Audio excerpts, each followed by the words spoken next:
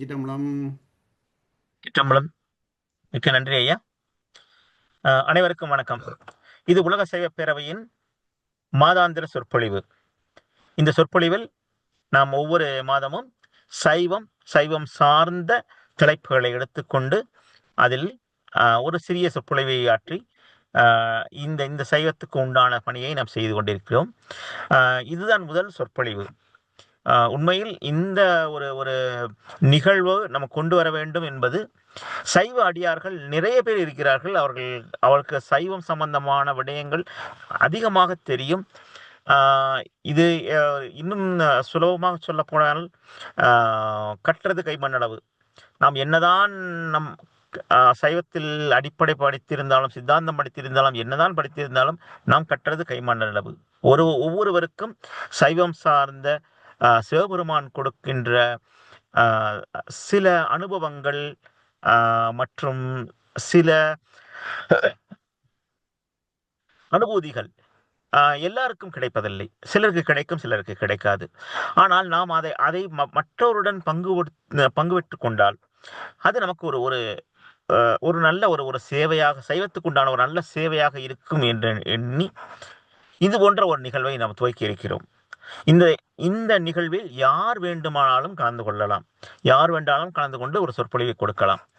இது இது இப்படித்தான் இருக்க வேண்டும், அப்படித்தான் இருக்க வேண்டும் என்று இல்லை. சைவம் பேரவையில் அங்கத்தினரோ, மற்ற பேரவையில் அங்கத்தினரோ, அல்ல சைவ சேவை செய்து கொண்டோ இப்போ இருக்க வேண்டிய அவசியமே கிடையாது.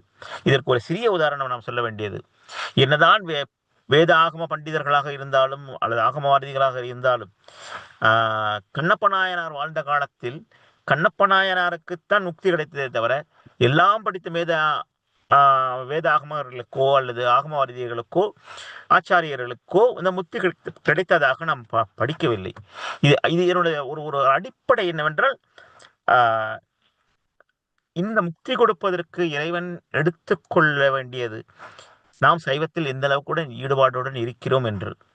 அதை பிறருக்கு நாம் அந்த அந்த ஈடுபாட்டினை எடுத்துச் சொன்னால் மற்றவர்களும் கற்றுக்கொள்வார்கள். மற்றவர்களும் அது ஒன்று, அது சைவத்தோடு அவர்களும் அந்த அந்த ஒரு ஒரு உய்வடைக்கூடிய ஒரு ஒரு ஒரு சூழ்நிலை அவர்களுக்கு கிடைக்கும். இது ஒரு பேருதவி. மற்ற ஆன்மாக்களை நாம் முக்தி பெறுவதற்கு ஏதோ ஒரு வகையில் நாம் உதவுகிறோம் என்பதுதான் இதனுடைய நிதர்சனமான உண்மை. நமக்கு தெரிந்ததை சொல்லி அதனால் ஒரு ஒரு ஆன்மா உய்வுண்டால் அது அது மிகப்பெரிய சேவை இல்லையா?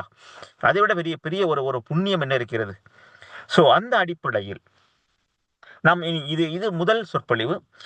இந்த சொற்பொழிவில் ஐயா MK தியாகராஜன் ஐயா அவர்கள் சைவத்தின் சாரம் என்ற தலைப்பில் பேச இருக்கிறார்கள்.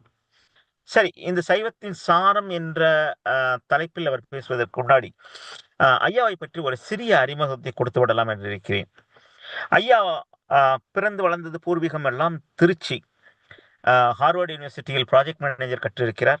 சிட்னியில் வசிப்பிடமாக கொண்டிருக்கிறார். தொழிலில் அவர் தணிக்கையாளராக இருந்தாலும் வாழ்க்கையின் பெரும்பகுதி அவர் சிவ தொண்டிற்காக அர்ப்பணித்துள்ளார். மேலும் திருமுறைகளை நன்கு கற்று உணர்ந்தவர். புனித கைலாய தரிசனத்தை நிறைவேற்றி வந்துள்ளவர். இசையில் சிறிது நாட்டம் உள்ள இவர் பெரும் வீணை கலைஞர். இது இவருடைய மிக நீண்ட ஒரு ஒரு ஒரு மிக பெரும் ஒரு ஒரு ஒரு அறிமுகத்திற்கு சிறிய ஒரு ஒரு உதாரணமாகத்தான் சொல்லியிருக்கிறேன். ஐயாவுடைய திருமுறை 13 ஆண்டுகளாக கற்று வருவது இவரை நாம் மேலும் மேலும் இது போன்ற சைவ நிகழ்வுகளுக்கு கொண்டு வருவது நல்லது என்று நினைக்கிறேன். சரி, இது நான் மேற்கொண்டு பேச விரும்பவில்லை. ஐயா தியாகராஜன் ஐயா அவர்கள், ஐயா வாருங்கள் ஐயா, உங்களுக்கான சைவத்தின் சாரம் என்ற தலைப்பில் நீங்கள் ஆற்றக்கூடிய சொற்பொழிவை ஆற்றுங்கள். உங்களுடைய சொற்பொழிவு யாரேனும் ஒருவருக்கு ஒரு ஒரு நல்ல ஒரு ஒரு ஒரு கண் திறப்பாக இருந்தால் அதை விட புண்ணியம் உங்களுக்கு வேறு எதுவும் இல்லை. வாருங்கள் ஐயா, இந்த சொற்பொழிவை ஆற்றிக் கொண்டிருங்கள். வாருங்கள்.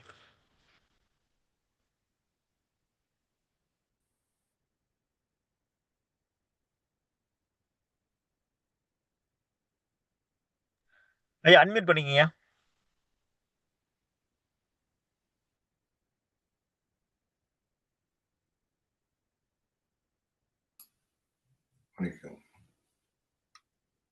கால விழுதுங்களா? ரைட்டுங்கய்யா. ஓம் நம சிவாய். எந்த ஈசன் அருளாலும் எங்கள் குலகுரு தெய்வ சேக்கிழார் பெருமான் திருவடி வணங்கி உங்கள் அனைவரின் நல்லாசியுடன் இச்சிற்றுரையை தொடங்குகிறேன். உலகலாம் உணர்ந்து ஓதற்கு அறியவன் நிலவுலாவிய நீர்மலி வேணியன் அழகில் சோதியன் அம்பலத்தாடுவான் மலர் சிலம்படி வாழ்த்தி வணங்குவான். திருச்சிற்றம்பலம். இது தெய்வ சேக்கிழார் எழுதிய பெரிய புராணத்தின் முதல் பாடல். இதில் என்ன சிறப்பென்றால், உலகலாம் என்ற வார்த்தையை எடுத்து கொடுத்தது பரமசிவன். அவர் எடுத்து கொடுத்து உலகலாம் என்று பாடு என்று சொன்ன பிறகு சேக்கிழார் 4286 செய்யுள்களை எழுதி அதை முடிக்கும் போதும் உலகலாம் என்று முடித்திருக்கிறார். அதைவிட சிறப்பு, இதன் செறிவாதி நிலையில் உள்ள வார்த்தையும் உலகலாம் என்றுதான் இருக்கிறது. இந்த மாதிரி ஒரு அந்தமும் ஆதியும் நடுவிலும் ஒரே வார்த்தை எழுத முயற்சிப்பதே மனித செயலால் முடியாது. அதுவும் 4000க்கு மேற்பட்ட பாடல்கள் எழுது. இது தெய்வ செயல். அதனால்தான் அவர் தெய்வ சேக்கிழார் என்று அழைக்கப்படுகிறார். சரி, நான் சுருக்கமாக ஏன் நமச்சிவாய சொல்ல வேண்டும் என்று சொல்கிறேன். இந்த நம சிவாய என்பது ஒரு 5 எழுத்து சொல். அது ஒரு மந்திர சொல், ஒரு மங்கள சொல், ஒரு மகத்தான சொல். இந்த சொல்லை சொன்னால் நல்லது நடக்கும் என்று நான் சொல்லவில்லை, அப்பர் பெருமானே சொல்லியிருக்கிறார். நற்றுணையாவது நமச்சிவாயவே. நல்ல நல்ல சொல்கள், நல்ல சொற்கள் பேச வேண்டும், நல்ல எண்ணங்கள் இருக்க வேண்டும், நல்ல வாழ்க்கை தானாகவே அமையும் என்பது திண்ணம். இதை நம் வள்ளுவன் பாட்டன் வள்ளுவன் கூட சொல்லியிருக்கிறான். இனிய உளவாக இன்னாத கூறல் கனியிருப்ப காய் கவர்ந்தற்று. இதே நமது திருஞான சம்பந்தரும் கூறியிருக்கிறார். எண்ணில் நல்ல கதிக்கு யாதுமோர் குறைவில்லை. நல்ல புத்தி இருந்துச்சுன்னா எல்லாம் தானா நடக்கும். நல்ல எண்ணம் இருந்துச்சுன்னா நல்ல வாழ்க்கை வரும். சரி, அதனாலதான் சின்னில நாங்கெல்லாம் நமச்சிவாய என்று ஆரம்பிச்சு நமச்சிவாய என்றுதான் முடிப்போம். சரி, இப்ப திருச்சிற்றம்பலம் அது ஏன் சொல்றோம் அப்படிங்கிறதுக்கு ஒரு சின்ன விளக்கம் கொடுத்துறேன். இதுக்கு நிறைய சைவ சித்தாந்தத்துல விளக்கம் இருக்கு. ஆனா நமக்கு தெரிஞ்ச சின்ன ஒரு அர்த்தத்தை மட்டும் இதோட இங்க கூற விரும்புகிறேன். திரு தெரியும் உங்களுக்கு எல்லாத்துக்கும், மரியாதைக்குரிய சொல். சிட் அப்படின்னா சின்ன, அம்பலம்னா ஆகாயம். இது நம்ம சிதம்பரத்தை குறிக்கிறது. என் மனமாகிய சிற்றம்பலத்தில் சிவபெருமான் நடனம் புரியட்டும் என்பதுதான் இந்த சைவ சித்தாந்த பார்வையிலிருந்து திருச்சிற்றம்பலம் என்று சொல்வது. ஆனால் பழக்கத்தில் தேவாரம் திருவாசகம் பாடும் முன்னும் பாடிய பின்னும் திருச்சிற்றம்பலம் என்பது சொல்வது, திருச்சிற்றம் என்று சொல்வது வழக்கம். சரி, இப்ப அடுத்தது இன்றைய தலைப்புக்கு வருவோம். சைவத்தின் சாரம்.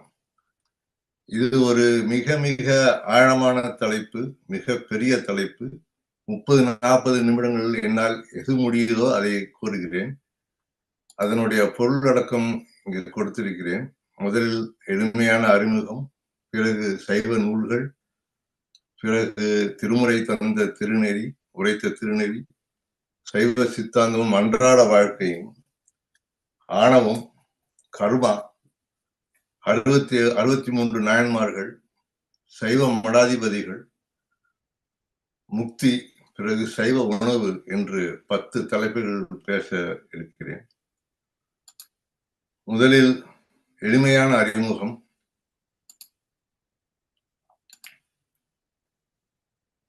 சைவத்தின் அடிப்படை கொள்கைகள் மற்றும் வரலாற்று பின்னணியை பார்த்தால் சிவபெருமான் எங்கும் நிறைந்தவர் என்பதால் தான் அவரை எல்லோரும் வழிபடுகிறார்கள்.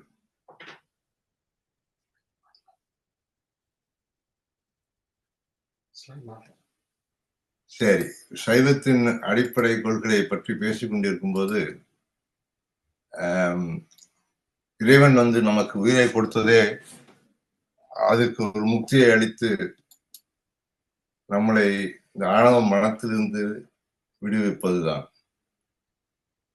ஈசனே எங்கும் நிறைந்தவர். இதை திருமந்திரத்தில் திருமூலர் அழகாக கூறுகிறார். சிவனோடு ஒக்கும் தெய்வம் தேடினும் இல்லையா, அவனோடு ஒப்பாரிங்கு யாவரும் இல்லை. ஓணம் கடந்தன்று பொன்னொழி மின்னும் தவண சடமுடை தாமரையானை, சடைமுடி தாமரையானை. இது திருமந்திரத்தின், இதை பற்றி நான் பின்னாடி வளர்க்கிறேன். இப்போதைக்கு 10ஆம் திருமுறையில 1ஆம் திருமந்திரத்துல 1வது பாடல். அப்படி இதை மட்டும் இப்போதைக்கு புரிஞ்சுக்குவோம், போக போக வளர்க்கிறேன்.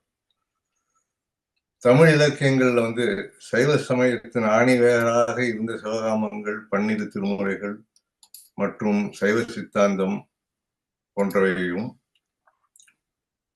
அதை தவிர நாயன்மார்கள் ஆன திருநாவுக்கரசு, ஞானசம்பந்தர், சுந்தரர் போன்ற 63 நாயன்மார்கள் பக்தி மார்க்கம் தான் சைவத்தின் பரிணாம வளர்ச்சிக்கு முக்கியமான காரணமாகும். இப்பொழுது சைவ நூல்களை பற்றி பார்ப்போம். சைவ நூல்கள் 2ஆக பிரிக்கப்பட்டிருக்கின்றன. ஒன்று தமிழ், இன்னொன்று சமஸ்கிருதம். தமிழில் சைவ சித்தாந்தம் மற்றும் 12 திருமுறை, சமஸ்கிருதத்தில் வேதம். நமக்கு சமஸ்கிருதம் தெரியாத நிலையில் நம்ம சைவ சித்தாந்தம் மற்றும் 12 திருமுறை மட்டுமே பேசுவோம். வேதத்தை பற்றி நான் சொல்லாததை திருஞான சம்பந்தர் சொன்னதை உங்களுக்கு சொல்கிறேன்.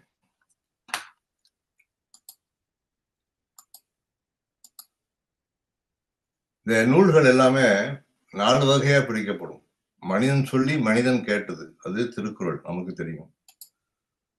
இறைவன் சொல்லி மனிதன் கேட்டது பகவத்கீதை. மனிதன் சொல்லி இறைவன் கேட்பது திருவாசகம். திருவாசகம் மாணிக்கவாசகர் சொல்ல சொல்ல இறைவனே எழுதினார் என்பது ஐதீகம். ஞானி சொல்ல ஞானி கேட்பது திருமந்திரம். திருமந்திரம் ஒரு மிக மிக ஆழமான ஒரு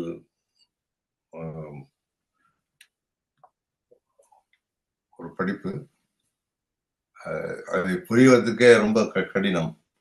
மொத்தம் 9 தந்திரம் இருக்கு. அதுல முதல் 6 கூட புரிஞ்சிடலாம். அந்த 7, 8, 9 மிக மிக கடினம் என்று கூறுகிறார்கள். கூறுவது மட்டுமல்ல, அது உண்மையும் கூட. இப்ப சைவ சித்தாந்த நூல்கள் என்னென்னு பார்ப்போம். இருபாய் 20, உண்மை விளக்கம், கொடிக்கவி, சங்கற்ப நிராகரணம், சிவஞான சித்தியார், சிவஞான போதம், சிவப்பிரகாசம், திருக்களிற்றுப்படியார், திருவருட்பயன், கடைசியாக திருவுந்தியார். இந்த சைவ சித்தாந்தம் மட்டுமே ஒரு பொறியியல் கல்லூரி படிப்பை போலவோ அல்லது ஒரு மருத்துவக் கல்லூரி படிப்பை போலவோ உள்ள ஒரு பெரிய தலைப்பு. அதை கிட்டத்தட்ட 5-6 ஆண்டுகள் படிக்கலாம். அதனால் இதை இந்த 30-40 நிமிடத்தில் சுருக்க முடியாது. இதை மட்டும் சொல்கிறேன். விவரம் உள்ள சொற்பொழிவுகள் தருணத்தில் இன்னும் 1 ஆண்டிற்குள் பலர் பேச இருக்கிறார்கள். நீங்கள் எல்லாம் கேட்டு மகிழுங்கள். திருமுறையே சைவ நெறி கருவூலம் என்று சொல்லியிருக்கிறார்கள். திருமுறை உரைத்த திருநெறி என்னவென்றால், கரு முதல் கருமாதி வரை மனித வாழ்வின் ஒவ்வொரு பருவத்திற்கும் தேவார பாடல்கள் உள்ளன. அழிந்து கொண்டிருந்த அந்த பொக்கிஷத்தை உலகுக்கு கொடுத்த ராஜராஜ சோழனுக்கு தமிழர்கள் அனைவரும் கடமைப்பட்டிருக்கிறோம். பூம்பாவையை மயிலாப்பூர் கபாலீஸ்வரர் கோயிலிருந்து உயிர் கொடுத்து எழுப்பிய திருஞான சம்பந்தர், அவினாசியில் சிறுவனை முதலையில் இருந்து காப்பாற்றிய சுந்தரர் மற்றும் வேதங்களால் பூட்டப்பட்டு யாராலும் திறக்க முடியாமல் இருந்த வேதாரண்ய கோவில் கதவுகளை திறக்க வைத்த அப்பர் போன்ற பல பல செய்திகள் உள்ளன, அதிசயங்கள் உள்ளன. திருமுறைகளை சைவநெறி கருவூலம் என்று சொன்னவர்கள் செந்தமிழின் தேன் பாகு ஆகும் என்று சொல்லியிருக்கிறார்கள். அப்படின்னா தேன் பாகு ஆகும்னா இது சொட்ட சொட்ட கொடுத்த தேன் பாகுவை உண்ண உண்ண அறிவு வளரும், படிக்க படிக்க மனம் பயனடையும், வணங்க வணங்க தீவினை மாறும். இது உண்மை. உணர்ந்தவர்களுக்கு இது தெரியும். நாங்கள் கிட்டத்தட்ட 13 வருடங்களாக இதை பயின்று வருகிறோம். அதனால்தான் கூறுகிறேன். சரி, இப்போ திருமுறைகள்ல 12 திருமுறை இருக்கு. அதுல 1, 2, 3 திருஞான சம்பந்தர் எழுதிய தேவார பாடல்கள். மன்னிக்கணும்னா உங்க ஸ்கிரீன் மாறல, இன்னும் பழைய இது இந்த சைவ சித்தாந்த நூல்களே நிக்குது, உங்க ஸ்கிரீன் இன்னும் மாறல. ஓ, ஏன் அப்படி போகுதுன்னு தெரியலையே. ஒரு நிமிஷம்.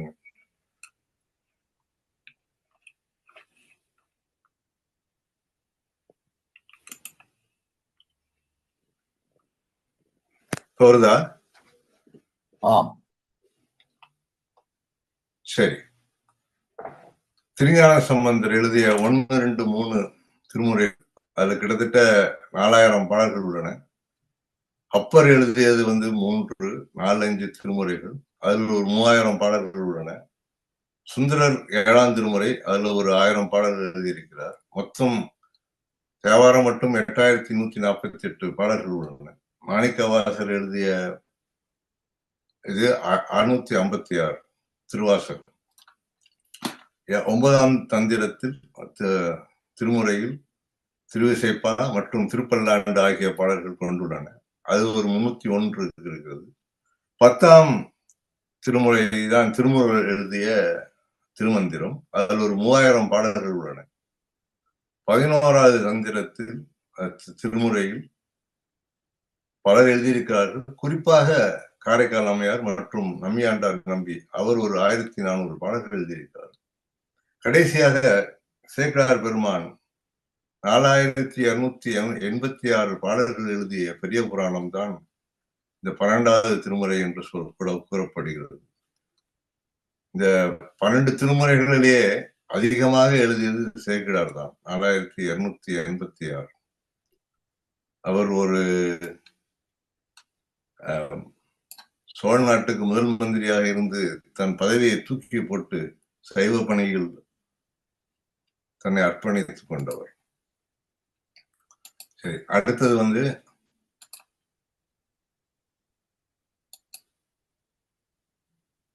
இந்த வேதம் 4 இருக்கு, 4 வேதங்கள் இருக்குல்ல, ரிக்கு, யஜுர், சாம, அதர்வம். இந்த 4ஐயும் கரைச்சு குடிச்சு ஒரே வாக்குல சொல்லிட்டு போயிட்டார் ஞானசம்பந்தர். அதுதாங்க அருமை. வேதங்கள் 4னும் மெய்ப்பொருளாவது நாதன் நாமம் நமச்சிவாயவே. இந்த நமச்சிவாயாவே என்ற இந்த வார்த்தைக்கு அவ்வளவு ஒரு சக்தி உண்டு என்று ஞான சம்பந்தரே கூறியிருக்கிறார். இது நீங்க எல்லாம் தெரிஞ்சுக்கணும். இந்த திருஞான சம்பந்தர் 3, 4, 49, 1 என்று போட்டு இருக்கிறேன். இதற்கு என்ன பொருள் என்றால்,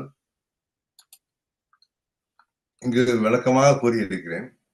1, 2, 3 இந்த இணையதளம் தர்மபுரம் ஆதீனம் முன்வைத்து எடுத்த ஒரு இணையதளம். இது அத்தனை 12 திருமுறைகளும் உள்ளன. அத்தனை பாடல்களும் உள்ளன. இதுல வந்து 3ஆம் திருமுறையில் 49வது பதிகத்தில் 1வது பாடல் என்று பொருள். அப்படிதான் அதை பிரிச்சு படிக்கணும். இது எவ்வளவுக்கு எவ்வளவு நமக்கு தெரியுதோ அவ்வளவுக்கு எவ்வளவு அந்த பாடலை வந்து பின்பற்றி படித்து பயனடையலாம். சைவ சித்தாந்தமும் அன்றாட வாழ்க்கையும். இது வந்து இந்த பதி, பசு, பாசம், அன்பு, ஆங்காரம், கருணை, ஒழுக்கம், ஞானம், பக்தி. இது வந்து நான் முன்பே கூறியது போல் இது ஒரு பெரிய கடல். சைவ சித்தாந்தம் என்பது ஒரு கடல். அதை பற்றி 30 நிமிடங்கள் எல்லாம் பேச வாய்ப்பே கிடையாது. ஆனால் மேலோட்டமாக கூறுகிறேன். ஒவ்வொரு பகுதியை பற்றியும் ஒவ்வொரு பேச இருக்கிறார்கள். அதுல முதல்ல வந்து பதி, பசு, பாசம், அடுத்து அன்பும் ஒண்ணு வந்திருக்கும் சைவ சித்தாந்தத்துல. அது வந்து அன்பும் சிவம் 2 என்பவர் அறிவிலார். இது நான் சொல்லலீங்க, திருமூலர் சொல்றாரு. அன்பும் சிவம் 2 சொல்றவன் அறிவில்லாதவங்கிறார். அன்பே சிவமாவது யாரும் அறிகிறார். அன்புதான் சிவங்கிறார். அன்பே சிவமாவது அறிந்த பின் அங்கு அமர்ந்திருப்பதே சிவம்தான் அப்படிங்கிறார். இது வந்து திருமூலர் வந்து 10ஆம் திருமுறையில 2ஆம் தந்திரத்தில் 10வது பாடல் பதிகத்தில் 5வது பாடல் என்று பொருள் எடுத்துக்கொள்ள வேண்டும். இந்த பதி, பசு, பாசம் இப்படிதான் பிரிக்கப்பட்டிருக்கிறது. பதி என்பது சிவபெருமான், பசு என்பது நாம் உயிர்கள், ஆன்மாக்கள், பாசம் என்பது ஆணவம், கண்மம், மாயை. இந்த 3ஐயும் ஒழித்தால்தான் இந்த பசு என்பது இறைவனிடம் சேர முடியும். இது இருக்கும்போது அது வராது. இது ஒரு பெரிய கடலுங்க. அது பேசுவோம். இறை வழிபாடுகள் இதுல வந்து 4 இருக்கு சைவ முறையில. நாங்க இன்னொன்னு சேர்த்திருக்கோம், 5வது, அதையும் சொல்றேன். சரியை, கிரியை, யோகம், ஞானம், சிவனடியாருக்கு தொண்டு செய்வது. ஒவ்வொன்றும் தனித்தனியா பார்ப்போம். சரியை என்பது சரீரத்தால் தொண்டு செய்வது. அது தாச மார்க்கம் என்பார்கள். உடலால் இறைவனுக்கு தொண்டு செய்யும் முறை. திருக்கோயில்ல வந்து நம்ம வந்து என்னென்ன பண்றோம், என்ன சுத்தம் பண்ணுவது அல்லது விளக்கேற்றுதல், பூக்கொய்தல், இந்த மாதிரி எந்த வேலையை வேணாலும் பண்ணலாம் கோயிலுக்கு. அது வந்து சாதகர் நம்ம வந்து இறைவனை வந்து ஆண்டவனாக கருதி அது செய்யறோம். இதுக்கு உதாரணம் அப்பர் பெருமான் தான். அவர் கோவில் சுத்தம் செய்து தன் பணியை செய்திருக்கிறார். 2வது கிரியை என்பது ஒரு சற்புத்திர மார்க்கம். இதுல என்ன இருக்கு என்றால் இறைவனை அகத்தால் வழிபடுவது, மந்திரங்களை உச்சரித்து தூய மனதோடு பூசை மற்றும் ஹோமங்களை செய்து கிரியை எனப்படும். இது சாதகர் இறைவனை தந்தையாகவும் தங்களை மகனாகவும் பாவிக்கின்றனர். இது வந்து திருஞான சம்பந்தர் இதற்கு ஒரு உதாரணம். இப்போ ஒரு சின்ன வழிவிலகல் செய்வோம். வழிவிலகல் செய்துட்டு திருப்பி இதே காட்சி வில்லைக்கு வருவோம். ஒரு நிமிடம்.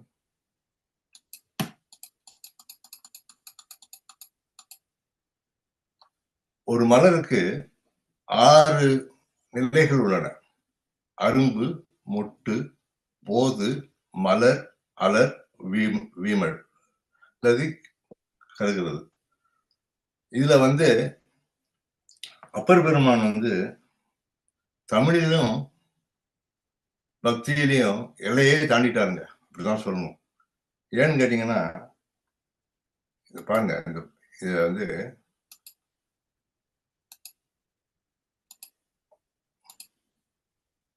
மாதர் பிறை கண்ணியானை மலையான் மகளோடு பாடி போதோடு நீர் சுமந்தேத்தி புகுவார் அவர் பின் புகுவேன்கிறார். இந்த போதோடுங்கிறது நீங்க பாத்தீங்கன்னா இப்ப வந்து அது இந்த பூக்கள்ல 2வது 3வது பகுதி. இந்த கோயிலுக்கு போகும்போது போதோடு நீர் சுமந்தி போகணுமா. ஏன்னா நீங்க உள்ள புகுவார் பின் புகுவேன். அந்த கோயிலுக்கு போகும்போது அந்த மலர் வந்து இறைவன் தலையில் வைக்கும்போது மலராக மலரும். உண்மையான மலராக மலர் எப்படி இருக்க வேணுமோ அப்படி இருக்கும் என்கிறார் அப்பர் பெருமான். நம்ம என்ன பண்றோம், ஞாயிற்றுக்கிழமை கோயில் போகணும்னா வெள்ளிக்கிழமை வந்து அலுவலகத்திலிருந்து வரும்போது எந்த கடையில் விலை கம்மியாக இருக்கிறது என்று பார்த்து அந்த கடையில் பூவை வாங்கி அதை இறைவனுக்கு நமது வீட்டில் உள்ள குளிர்சாதன பெட்டியில் வைத்து அந்த பெட்டிக்குள் மாமிசமும் இருக்கும் மதுவும் இருக்கும். அதை வைத்து நம் பூஜை செய்கிறோம் என்றால் அது எப்படி இறைவன் ஏற்றுக்கொள்வான்?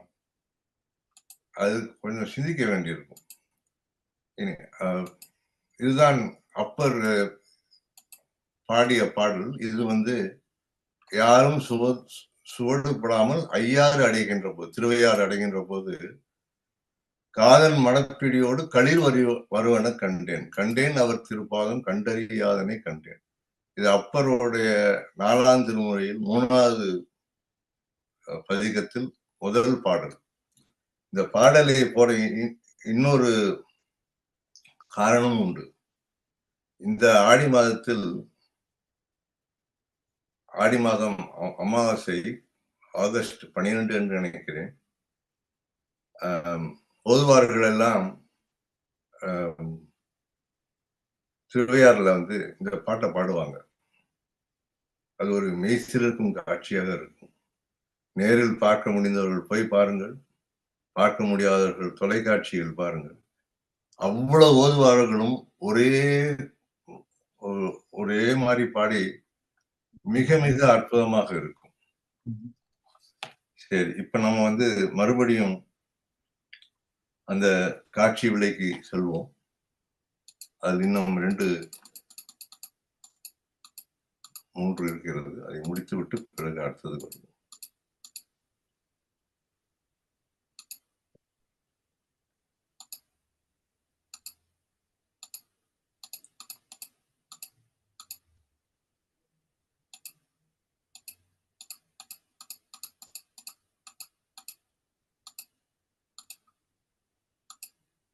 மூன்றாவது யோகம் சகமார்க்கம்.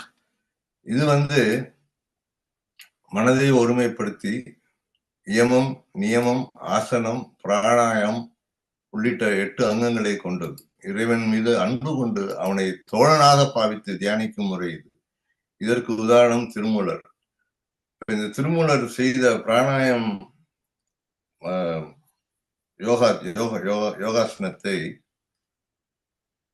ஆஸ்திரேலியாவில் உள்ள கப்பற்படையினர் பழகுகின்றனர். குறிப்பாக நீர்மூழ்கி கப்பல் படையினர். இவர்கள் எங்கேருந்து அதை கற்றுக்கொண்டார்கள் என்று நமக்கு இன்னும் ஆச்சரியமாக இருக்கிறது. ஆனால் அது அவ்வளவு பயனளிக்குது என்று கூறுகிறார்கள். கடைசியாக ஞானம் சன்மார்க்கம். இது வந்து மெய்ஞான நிலை. சரியை, கிரியை, யோகம் ஆகியவற்றின் பலனாக உங்களுக்கு ஞானம் வரும். இதுக்கு உதாரணம் மாணிக்க வாசகர். சரி, இப்ப கடைசியா வந்து சிவனடியார்களுக்கு இந்த கடைசி மார்க்கம் வந்து 5வது மார்க்கம்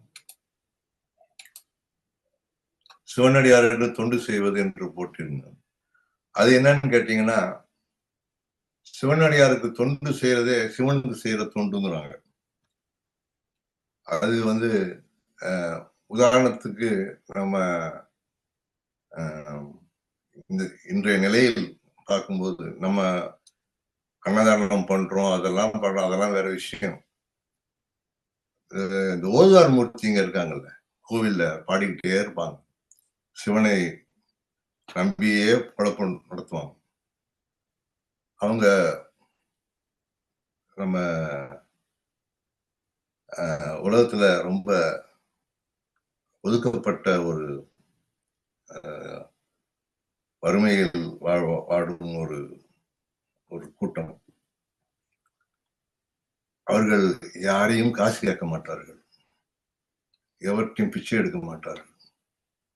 நம்ம கோயிலுக்கு போகும்போது அவர்களை பார்த்தால் பாடுவதை கேட்டு அவர்கள் உற்சாகம் செய்து கையில் 100 500 1000 கொடுத்தால் அது அவளுக்கு மிகவும் பலனாக இருக்கும்.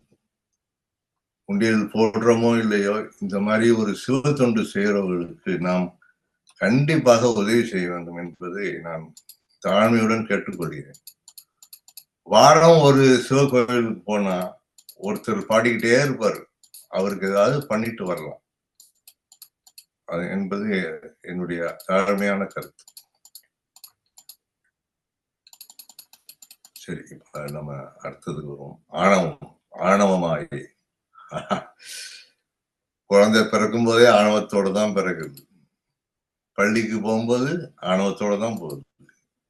என் புத்தகம், என் வகுப்பு, இது கடைசி வரைக்கும் வருதுங்க. இந்த அகந்தைங்கிறது, யான் என்ற அகந்தை இம்மி அளவும் குறையவில்லையா. யார் சொல்றா? தாய்மானவர் சொல்றார், திருவருள் விலாச பரசிவ வணக்கத்துல. இந்த அகந்தையினால், ஆணவத்தினால் குடும்பங்கள் சிதறுகின்றன, வேலை வாய்ப்புகள் குறைகின்றன, அலுவலகத்தில் பெயர் கெட்டு போகிறது, பள்ளியில் பெயர் கெட்டு போகிறது, குடும்பத்தில் பெயர் கெட்டு போகிறது. ஒரே ஒரு அகந்தை என்பதுதான். மானிட பிறவியே அகந்தையில் அலையாதே, அகந்தையால் அழியாது. சரி, இப்ப அடுத்தது இது ஒரு அருமையான பாடலுங்க. இந்த அகந்தையை பத்தி நம்ம யாரு? திருமூலர் தான். வழுதலை வித்திட பாகல் முளைத்தது. இது என்ன அர்த்தம்னா, வழுதலைனா கத்திரிக்காய் விதைக்கிறானா பாகக்காய் முளைக்கிறான். சம்பந்தம் இருக்கா? இல்ல. புழுதியை தோண்டினேன் பூசணி பூத்தது. என்னடா இதுன்னு புளியை தோண்டி பாக்குறான், பூசணிக்காய் பூத்திருக்கான். என்னடா இன்னும் சம்பந்தமே இல்லையான்னு தொழுது கொண்டோடினர் தோட்டக்கொடிகள். இந்த பூசணி செடி கொடியாதானே வரும், அதெல்லாம் அப்படியே வாடி வாடி ஓடி போச்சான். அப்புறம் என்ன ஆச்சு? முழுதும் பழுத்தது வாழைக்கனியே, கடைசியில கையில கிடைச்சது வாழைப்பழமா. இதுக்கு ஒன்றுக்கு ஒன்று முரண்பட்டதாகவே இருக்கிறது. இதுதான் இந்த 9வது தந்திரம். நான் சொன்னேனே, இந்த 7, 8, 9 தந்திரம், அது மிகவும் கடினம். அர்த்தம் புரிவதே மிக கடினம். இதற்கு இந்த செய்யுளுக்கு நிறைய அர்த்தங்கள் உள்ளன. எளிமையாக நம்ம சிவஞான போதும் அந்த அளவுக்கு செல்லாமல் சாதாரண மனிதனுக்கு இது என்ன அர்த்தம் என்பதை விளக்குகிறேன். வழுதலை வித்திட, அதாவது மனுஷன் நல்லா வாழணும்னு நினைச்சிட்டு யோகாசனம் எடுக்கிறானா, அதுதான் வழுதலை வித்திட. அப்ப என்ன ஆகுது? அவனுக்கு பாகக்காய் முளைக்குது, வைராக்கியம் வருது. யோகா பண்றவங்கலாம் பாத்தீங்கன்னா ரொம்ப வைராக்கியமா இருப்பாங்க. அப்புறம் என்ன ஆகுதுன்னா, புழுதியை தோண்டி பார்க்கறான், தன்னை தானே தோண்டி பார்க்கறான். என்ன, நான் யாரு. அப்போ சிவம் கிடைக்குது, பூசணி பூத்தது. தொழுது கொண்டோடினர் தோட்டக்கொடிகள், ஐம்புலன்களும் அடங்கி மும்மலங்களும் விலகி அவனை ஒரு சீரான மனிதனாக மாற்றுகிறது. முழுதும் பழுத்தது வாழைக்கனியே, சிவத்துவம் அவனுக்கு வந்துருச்சு.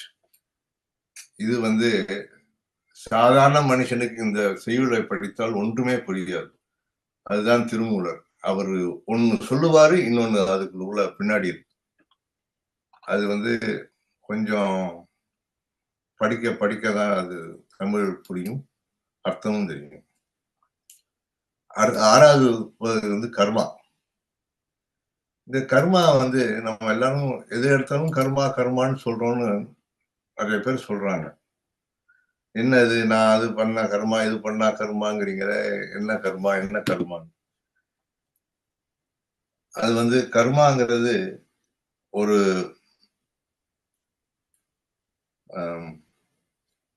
ஒரு நிமிடம்.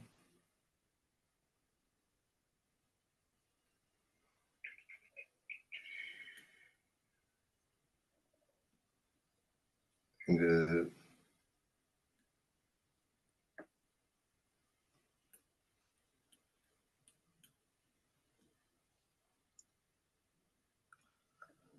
இருவினையும் இன்பத்து இவ்வுயிர் பிறந்து, இது சைவ சித்தாந்தர் எழுதியது. வருவது போவதாகும் மன்னிய வினை பலன்கள் தரும் அரண் தரணியோடு தராவதி போல தாமே மறுவிடா வடிவம் கண்ம மனங்களும் மறுமை கண்ணே. அதாவது அருள்வந்தி சிவாச்சாரியா சிவஞான சித்தியார் வருது. இது என்ன அர்த்தம்னா, குழந்தையை பிறக்கும் போதே பூர்வ ஜென்மத்து பாவங்கள் புண்ணியங்களை இறைவன் அந்த குழந்தைக்கு கொடுத்துடுறார். ஒரு சிறு துளியை வைத்துதான் சிசுவே உண்டாகும். அதற்கு பிறகு இந்த ஜென்மத்தில் இந்த வாழ்க்கையில் அந்த குழந்தை என்னென்ன சேர்க்கிறது என்பதுதான் முக்கியம். அது நல்ல வினைகள் சேர்த்தால் நல்லபடியாக அடுத்த ஜென்மத்திலோ அல்லது இந்த ஜென்மத்தின் இறுதியிலோ பயன்படுத்தலாம். இல்லை தீய எண்ணங்களையும் தீய செயல்களும் செய்தால் அதற்கு தகுந்த பதிலும் கிடைக்கும். கருவாகி உயிராகி குழந்தையாகி தவழ்ந்து நடந்து ஓடி தாண்டி விளையாடி படித்து பாடி பருவமடைந்து வேலை பார்த்து மனமாகி மது மாமிசம் என்ற சிற்றின்பத்தில் மூழ்கி நரை விழுந்து ஓய்வு பெற்று மூப்படைந்து புலனைந்தும் பொறிகலங்கி நெறிமயங்கி அறிவழிந்து ஐயமேல் உந்தி அளவந்த போதாக அஞ்சேல் என்று அருள் செய்வான் எங்கள் திருவையாறு. நீங்க என்னதான் பண்ணுங்க, என்ன ஆட்ட ஆடணுமோ ஆடுங்க மனுஷா, கடைசி என்கிட்ட தாண்டா வரணுங்கிறார். இதுவும் நம்ம ஞானசம்பந்தர் எழுதிய பாடல் தான். ரொம்ப மிக அருமையான தேவார பாடல். இதுல உங்களுக்கு இன்னும் இது வேணும்னா, இதுக்குள்ள நுழையணும்னு நினைச்சீங்கன்னா, திருவாசகத்துல போற்றி திரு ஆகவல்னு ஒன்று 8ஆம் திருமுறையில அது படிச்சு பாருங்க, அவங்களுக்கு எல்லாம் வழங்கும். அதுல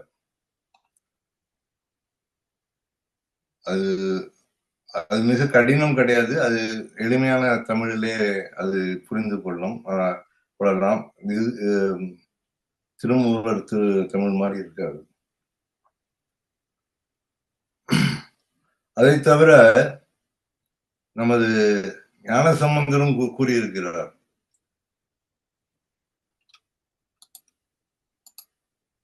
அண்ணாமலை தொழுவார் வினை வழுவா வண்ணம் மறுமே. திருவண்ணாமலையில சாமி கும்பிட்டா எல்லா தீவனையும் அந்து போங்கிறார். இது திருஞான சம்பந்தர் பதிகம் 1:10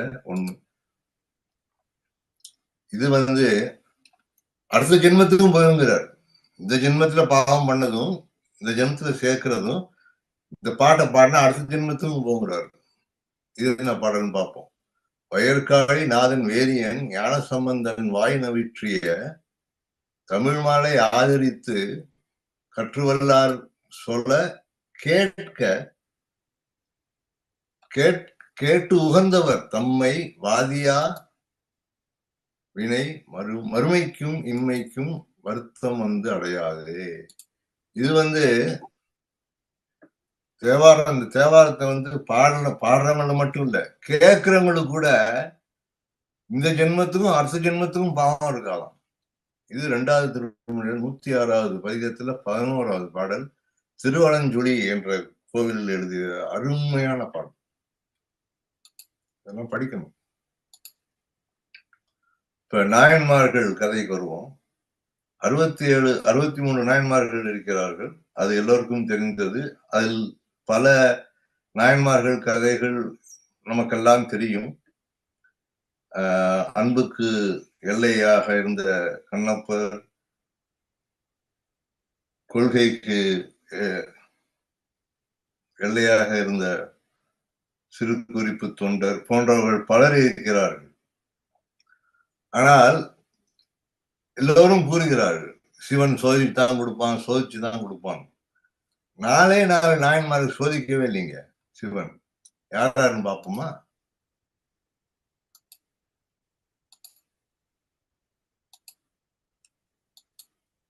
பூசலார். இந்த பூசலார் என்பவர் காஞ்சிபுரத்துல இருந்து அவருக்கு வசதி இல்லாதனால மனசுக்குள்ளே கோவில் கட்டினாராம். கோவில்ல இந்த பக்கம் அது இருக்கும், விநாயகர் சிலை இருக்கும், முருகன் சிலை இருக்கும், நந்தி இருக்கும், எல்லாம் பண்ணி பண்ணி கும்பாபிஷேகம் முடிவு பண்ணிட்டார். 8ஆம் தேதி கும்பாபிஷேகம். அப்போ பல்லவ மன்னன் ஒரு கோவிலை கட்டி இறைவனை வேண்டி வர வேண்டும் என்று வேண்ட போது இறைவன் அந்த பல்லவ மன்னன் கனவில் சொன்னாராம், நான் உன் கோயிலுக்கு வர இயலாது, உனது ஊரில் இன்னொருத்தர் கோயில் கட்டுகிறார், அங்குதான் போகிறேன். உடனே அந்த பல்லவ மன்னன் ஆளை விட்டு தேடி யார் அந்த கோயில் கட்டுறார் என்று தேடி பாருங்கள் சொன்னார். அப்பொழுது பார்த்தால் இந்த பூசலார் நாயனார் அவரு தான் உட்காந்து தனக்கு இப்படியே கோயில் கட்டிட்டு இருக்காரு. அப்போ பல்லவ மன்னன அதிர்ந்து போய் அவன் பூசலாரை வணங்கி, நீங்க தான் உண்மையான தொண்டர். இது நம்ம திருமூலர் இன்னொரு வேதமா சொல்லியிருக்காரு. இதுக்கும் அதுக்கும் எந்த தொடர்பும் இருக்கவில்லையே நமக்கு தெரியாது. ஆனால் அவர் கூறுகிறார், மாடத்து உளான் அலன், மண்டபத்தான் உளான் அலன்,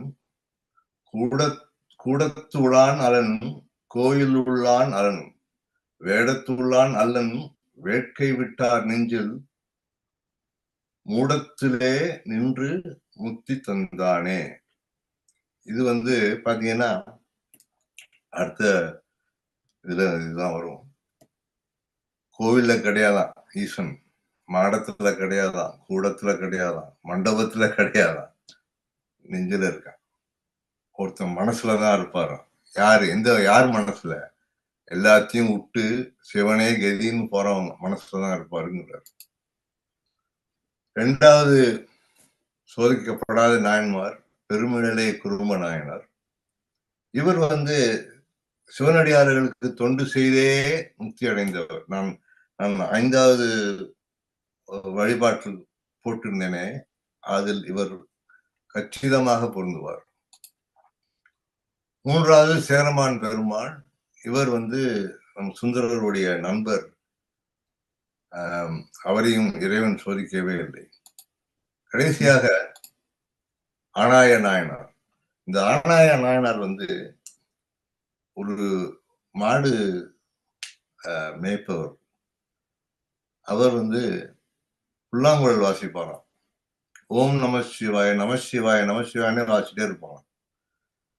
அவரு அந்த புல்லாங்குழல் அவ்வளவு இனிமையா ஆடும் பொருள் நிற்கவும் நின்ற பொருள் அசையவும் அந்த அளவுக்கு போய்விட்டதாம்.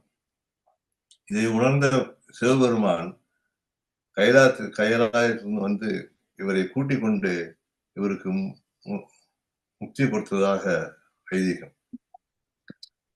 சரி, இப்ப அடுத்தபடியாக இந்த நாயன்மார்கள் கதையில ஒண்ணு சொல்ல விருப்பப்படுறேன்.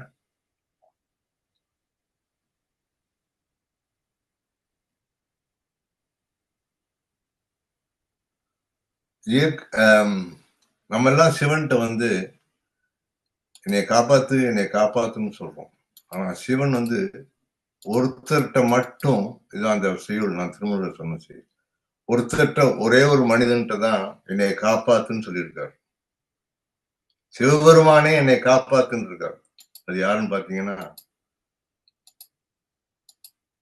இயற்பகை முனிவா ஓலம், இன்று நீ வருவாய் ஓலம், அயற்பிலா தானே ஓலம், அன்பனே ஓலம் ஓலம். இது வந்து ஏற்பகை முனிவர் வந்து தன் மனைவியை சிவபுரானுக்கு பணிவிடை செய்ய அனுப்பிய போது ஊர் மக்கள் அவரை அடிக்க வந்தார்கள். யார? சிவபுரான், சிவன் அடிக்க வரான். நீ எப்படி எங்க ஊர் பொண்ணை கூட்டிட்டு போலாம்? அப்ப வந்து இவர் கத்துறாரா, ஏ பகை முடிவா, என்னைய காப்பாத்து. தெய்வ சேக்கிழார் இந்த 12ஆம் திருமுறை மிக மிக அருமையாக விளக்கி இருப்பார். இது வந்து பொதுவா இதெல்லாம் அந்த 63 நாயன்மார்கள் கதைகளை யாரும் அவ்வளவு சொல்ல மாட்டாங்க. அதனால இதை மட்டும் உங்களுக்கு குறிப்பிட ஆசைப்பட்டேன். இப்ப சைவ மடாதிபதிகள் என்று பார்த்தால் நம்ம ஊர்ல சைவ மடாதிபதிகள் வந்து பாத்தீங்கன்னா ஒரு மதுரை சைவ மடாதிபதி தான் மிக மிக பழமையானது. 1300 வருடங்கள் பழமையான ஒரு மடம். அதை தவிர காஞ்சி தொண்டை மண்டல மடம் இருக்கிறது, திருவாவடுதுறை மடம் இருக்கிறது, தர்மபுரம் மடம் இருக்கிறது, திருப்பனந்தாள் மடம் இருக்கிறது. இந்த சைவ மடாதிபதிகள் செய்யும் சேவை அபரிமிதமானது. தர்மபுரம் மடாதிபதி தான் அந்த இணையதளத்தையே உருவாக்கியிருக்காங்க. அதை தவிர கோவில் பராமரிப்பு, கோவில் சுத்தமாக வைத்துக் கொள்வது, கோவிலுக்குள் எந்த அசம்பாவிதம் நடக்காமல் பார்த்துக் கொள்வது, இதெல்லாம் இந்த மடாதிபதிகள் கட்டுப்பாட்டில் வருகின்றன. நான் கேள்விப்பட்டது மடாதிபதிகள் நடத்தும் கோவில்கள் மிக நன்றாக இருக்கிறது என்றுதான் கேள்விப்பட்டேன். நான் ஊரை விட்டு வந்து 20 வருடங்கள் மேலாகிவிட்டேன். இப்ப என்ன நிலைமை என்று எனக்கு உண்மையிலே தெரியாது. சரி, இப்ப அடுத்தது வந்து முக்தி. முக்தி என்ன? முக்தி நமக்கு எல்லாம் அதுதானே வேணும். மனுஷன் பிறக்கிறதே புண்ணியம். அது வந்து நம்ம அதுவே யாரு சொல்லியிருக்காருன்னா அவையார் சொல்லியிருக்காரு. அந்த மனுஷ பிறவியை நம்ம வந்து சரியா பயன்படுத்தணும். எப்படி பயன்படுத்துறதுன்னு பாத்தீங்கன்னா பாருங்க, அரிது மானிடராதல் அரிது, மானிடராயினும் கூன் குருடு செவிடு பேடு நீங்கி பிறத்தல் அரிது. அதாவது கூன் இல்லாம, குருடு இல்லாம, செவிடு இல்லாம, வாயை பேச முடியாம, ஊமையா இல்லாம, நல்லபடியா பேசி நல்லபடியா கேட்டு பார்த்து வாழ்வதே அரிது. பேடு நீங்கி பிறந்த காலையும் ஞானமும் கல்வியும் நயத்தில் அரிது. இதெல்லாம் இருந்து நல்லா படித்து ஞானமும் பெற்றால் அது அரிதான். அதை விட அரிது ஞானமும் கல்வியும் நயந்த காலையும் தானமும் தவமும் தான் செய்தல் அரிது. இதெல்லாம் பண்ணிட்டு தவம் பண்ணணுங்கிறாரு. ஏன் பண்ணணும்னா அதுதான் முக்திக்கு வழியா. தானமும் தவமும் தான் செய்வாராயின் வானவர் நாடு வழிவிடும், வழி திறந்துடுமே. இதெல்லாம் மனுஷன் பிறவி அடுத்த நன்மைகளை வைத்து இதெல்லாம் பண்ணா முக்தி தானாக வரும் என்கிறார் ஔவையார். இது வந்து நம்ம பின்பற்றணும். எந்த அளவுக்கு முடியுதோ அந்த அளவுக்கு பின்பற்றலாம். அடுத்தபடியாக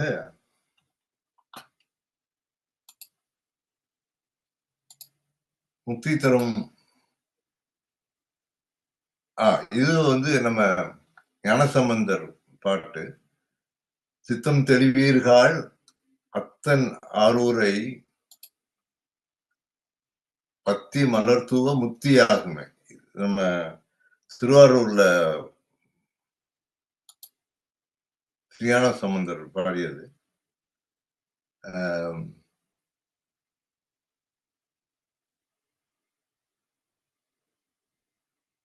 இது மிக அருமையான ஒரு பாடல்.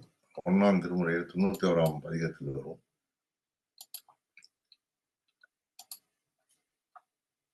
இதை தவிர இந்த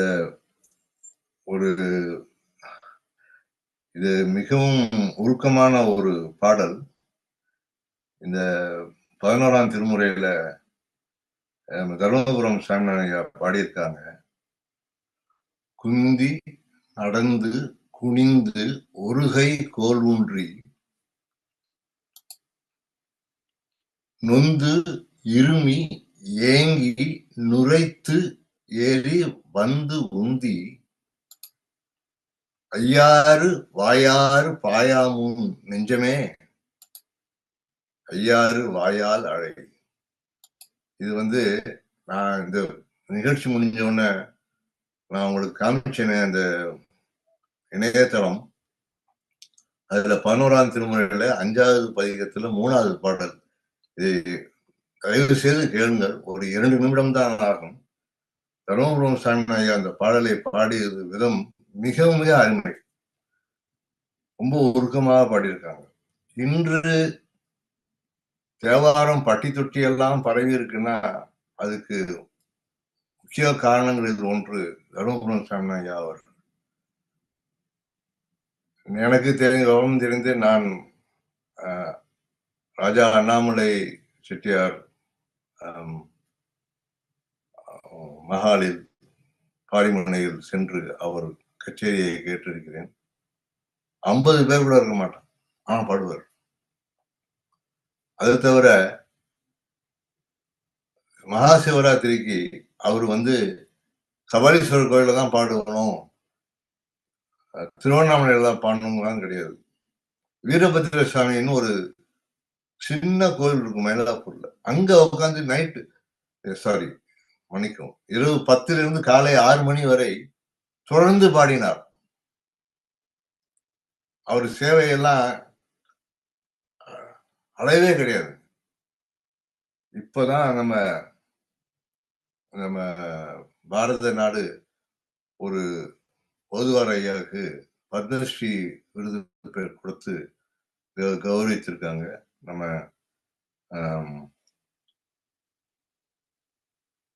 திருத்தணி சாமிநாதன் ஐயா அவர்கள்.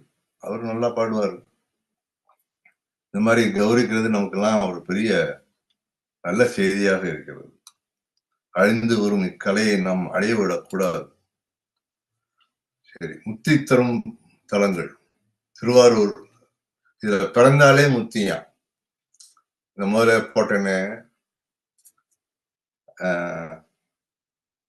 அந்த பாடல் இந்த கோயில தான் பாடினது, திருவாரூர்.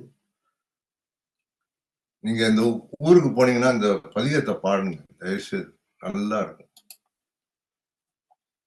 காஞ்சிபுரம் வாழ்ந்தாலே முக்தியா. இதுல 2வது திருமுறையில இதுவும் ஞானசம்பந்தர் தான் எழுதியிருக்காரு. 12வது பாடல் பதிகம்.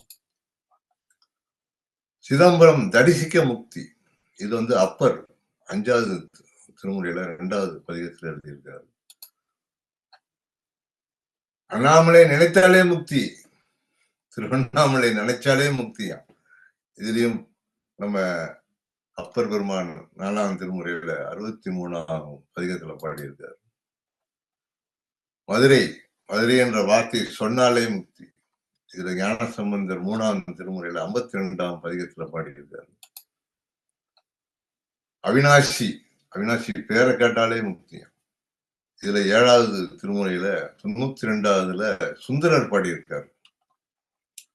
கடைசியாக இறந்தால் முக்தி. இது வைப்பு தலமாக அப்பர் பெருமான் 6ஆம் திருமுறையில பாடியிருக்காரு. இந்த 1ம் 6ம் நம்ம கட்டுப்பாடில் இல்லை. நம்ம எங்க பிறக்கிறோம் எங்க இறக்கிறோம் என்று தெரியாது. ஆனால் 2, 3, 4, 5 நம் முயற்சிக்கலாம். காஞ்சியில் வாழ முயற்சிக்கலாம், திருவண்ணாமலையை நினைக்க முயற்சிக்கலாம், மதுரையை கேட்க முயற்சிக்கலாம். கடைசியாக அன்பின் இருப்பிடம், அறிவின் கூடம், கருணையின் உறைவிடம், ஞானத்தின் பீடமாம் எங்களுக்கு முக்தி தரும் சிட்னி முருகனுக்கு பிரத்யேக அர்ப்பணிப்பாக ஒரு திருப்புகழ் தருகிறோம். அஞ்சன வேள்விழி மடமாதர் அங்கவர் மாயையில் அலைவேனோ விஞ்சுருமா உனது அடிசேர பிம்பம் அதாய அருளாதோ நஞ்சு அமுதா உண்ணும் அரணார்த்தம் நல்குமரா உமை அருள்வாளா தஞ்சனமாம் அடி அவர் வாழ தஞ்சையில் மேவிய பெருமாளே. இதுதான் எங்க சிட்னி முருகன் கோயிலுங்க. அங்கெல்லாம் அடிக்கடி போவோம். வெளிநாட்டவர்கள்லாம் அங்க வந்தா இதை கண்டிப்பாக பார்ப்பார்கள், தரிசித்து போவார்கள். நீங்களும் வந்து எங்கள் முருகன் அருளை பெற்று வாழ்வீர்களாக. அடுத்தது வந்து சைவ உணவு. இதோட இந்த சொற்பொழிவு என்று சொல்ல மாட்டேன், முடிவு பெற இருக்கிறது. இப்போ வந்து சைவ உணவு வந்து எல்லாரும் இப்போ வந்து இந்த மாமிசம் சாப்பிட ஆசைப்படுகிறார்கள். ஏனென்றால் அதில் புரதச்சத்து இருக்கு என்று ஒரு மாயையை உண்டாக்கி இருக்கிறார்கள். 40 பதகை வெயிலில் விராட் கோலி என்பவர் ஆஸ்திரேலியா எதிர்த்து 5 நாட்கள் விளையாடி சதம் அடிக்கிறார். 100 ரன் 100 ஓட்டங்கள் எடுக்கிறார். நோவாக் ஜோகோவிச் 5.5 மணி நேரம் விம்பிள்டன் டென்னிஸ் விளையாடி போட்டி போடுகிறார். அவர்களெல்லாம் என்ன சைவ சாப்பாடு தானே சாப்பிடுகிறார்கள். மனிதனை மனிதன் கொன்றால் அதற்கு தண்டனை உண்டு, நாட்டை நாடு கொன்றால் அது போர் என்று அதற்கு தகுந்த தண்டனை உண்டு. ஆனால் துள்ளி ஓடும் கோழி குஞ்சுகளின் தலையை சீவி ரத்தம் கசிய துடிதுடித்து சாகும் வாயிலா பிராணிகளை கொன்று பிறகு அதை அடுப்பில் வைத்து வேக வைத்து எண்ணெயில் பொரித்து சாப்பிடுவது கொடுமை அல்லவா? ஒரு உயிரை கொன்று ஒரு உயிர் வாழ வேண்டுமா? ஐம்புலனும் அளக்க வேண்டும். இந்த சாப்பாடு ரொம்ப முக்கியம். நல்ல சாப்பாடு நல்ல புத்தி கொடுக்கும். சரி, இதோட இது நான் சொல்றீங்க, இது வந்து நம்ம திருமூலரே சொல்லியிருக்காரு. 10ஆம் திருமுறையில 1ஆம் தந்திரத்தில் 10வது பதிகத்தில் 1வது பாடல். பொல்லா புலாலை நுகரும் புலையரை எல்லோரும் காண இயமன்றன் தூதுவர் செல்லா பட்டி தீவாய் நரகத்தில் மல்லாக்க தள்ளி மறித்து வைப்பாரு. என்னன்னா, இந்த மாமிசம் சாப்பிடுறவங்கள வந்து யமனின் தூதர்கள் நம்ம ஊர்ல கைதிகளை கைது செய்யும்போது கையில் வழங்கு மாட்டி கொண்டு போவது போல் எல்லோரும் காண யம தூதர்கள் அவர்களை கூட்டில் கொண்டு போய் நரகத்தில் மல்லாக்கா படிக்க வைப்பாங்க கீழே. இது வந்து திருமூலர் வாக்கு, இது என் வாக்கு கிடையாது. அவர் சொன்னதை நான் உங்களுக்கு கொடுக்கிறேன். ஏன்னா இது வந்து சிலரை புண்படுத்தும், சிலரை புண்படுத்தாது. ஒவ்வொருத்தருக்கும் ஒரு பழக்க வழக்கங்கள் உண்டு. ஆனால் இது சாப்பிட்டால் நல்லது என்பது திண்ணம். கடைசியாக வான்முகில் வாழாது வேக மணி வளம் சுரக்க மன்னன் கோன்முறை அரசு செய்க குறைவில்லா உயிர்கள் வாழ்க நான்மறை அறங்கள் ஓங்க நத்தமும் மேல் வேள்வி மல்க மேன்மைக்குள் சைவ நீதி விளங்குக உலகம் எல்லாம். இது வந்து கச்சியப்ப சிவாச்சாரியாருடைய கந்த புராணத்தில் வருது. இதோட இந்த பேச்சு சொற்பொழிவு என்று சொல்வதற்கு எனக்கு அருகதை இல்லை, முடிவடைகிறது. நான் இதுவரை ஒரு ஆங்கில சொல் கூட உபயோகிக்காமல் பேச முயற்சித்திருக்கிறேன். Now the forum is open for Q&A. யாராவது கேள்வி இருந்தால் கேளுங்கள். தெரிந்தால் நான் பதில் சொல்கிறேன், தெரியாவிட்டால் கேட்டு சொல்கிறேன். அன்மியூட் பண்ணதுன்னா பண்ணிக்கலாங்க, இல்லைன்னா மிக்க நன்றி ஐயா. யாராவது கேள்விகள் இதை கேட்கறதா கேளுங்க. ஐயா சந்திரசேகர் ஐயா, நீங்க கொஞ்சம் கோஆர்டினேட் பண்ணிங்க இதை. சரிங்க ஐயா. ஐயா வணக்கம், நான் சிவராமலிங்கம் கதைக்கிறேன். கேக்குதா ஐயா கதைக்கிறது? கேக்குதுங்க, சொல்லுங்க ஐயா. இப்ப இந்த சைவ உணவை பற்றி ஒரு கருத்து சொன்னீங்க, அதுல ஒரு விளக்கம் தேவை. இப்ப ஒரு சமயத்துல சொல்லுகின்ற கருத்து இன்னொரு சந்தர்ப்பத்துல அதை மறக்கின்றார்கள். இப்ப சைவ உணவை நாங்க சொல்லுகின்ற பொழுது எங்களிலேயே அருளாளர் ஞானிகள் போன்றுதான் வந்தவர் இயேசுபிரானும் சரி, நபிகள் பெருமானும் சரி, அவர்கள் ஒரு உணவுக்காக அந்த அசைவத்தை ஏற்றுக் கொள்கின்றார்கள். அப்ப அதை நாங்கள் எப்படி கருத வேண்டும்? அது ஐயா ஒவ்வொருத்தர் நம்பிக்கையை பொறுத்து இருக்கிறது. இப்ப நம்ம இந்தியாவில பாத்தீங்கன்னா சில பேர் வந்து அந்த கடா வெட்டி சாமியை கும்பிடுவாங்க, கோழி வெட்டி சாமி கும்பிடுவாங்க. அந்த மாதிரிலாம் பழக்க வழக்கங்கள் இருக்கின்றன. அதை பற்றி நாம் பெரிதாக பேசக்கூடாது, பேச முடியாது. ஆனால் இப்ப சைவ உணவே it has become healthy diet. எல்லோரும் அந்த அந்த எண்ணங்களுக்கு வந்து விட்டார்கள். நல்ல வளமையான ஒரு வாழ்வு வேண்டும் என்றால் பிபி, கொலஸ்ட்ரால் அதெல்லாம் இல்லாம நல்லபடியா இருக்கணும்னு நினைச்சா சைவ உணவு இஸ் த ஃபர்ஸ்ட் சாய்ஸ். இப்போ இன்னும் எல்லாரும் ஒரு ஸ்டெப்பு மேல போய் வீகன் சாப்பாடு சாப்பிட ஆரம்பிச்சிட்டாங்க. நீங்க பார்த்துருக்கலாம், New Zealand is one of the most forward looking countries to embrace vegan food. அது மாதிரி ஒவ்வொருத்தருக்கும் ஒரு பழக்கம் இருக்குங்க. அதனாலதான் நான் சொன்னேன், இது வந்து அஃபென்சிவ் டாபிக். நான் எல்லாத்தையும் புண்படுத்தணும்னு நினைச்சு சொல்லல.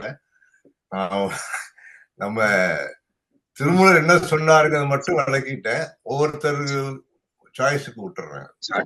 நன்றி ஐயா, நன்றி. நல்லது ஐயா. மனம் இருந்தால் மார்க்கம் உண்டு என்று கூறிவிட்டீர்கள். மிக்க நன்றி. வேறு யாராவது கேள்வி கேட்கிறீர்களா? சார் ஒரு டவுட். சார் சொல்லுங்க, கேளுங்க. ஒரு டவுட். எனக்கு ஒரு சிறப்பா சொற்பொழிவு இருந்தது. மிக்க நன்றி. எனக்கு ஒரு சந்தேகம் இருக்கு. சந்தேகம் சொல்ல முடியாது, ஒரு தெளிவு வேணும். அதாவது அகோரிகள் வந்து சிவனை வழிபடுறாங்க.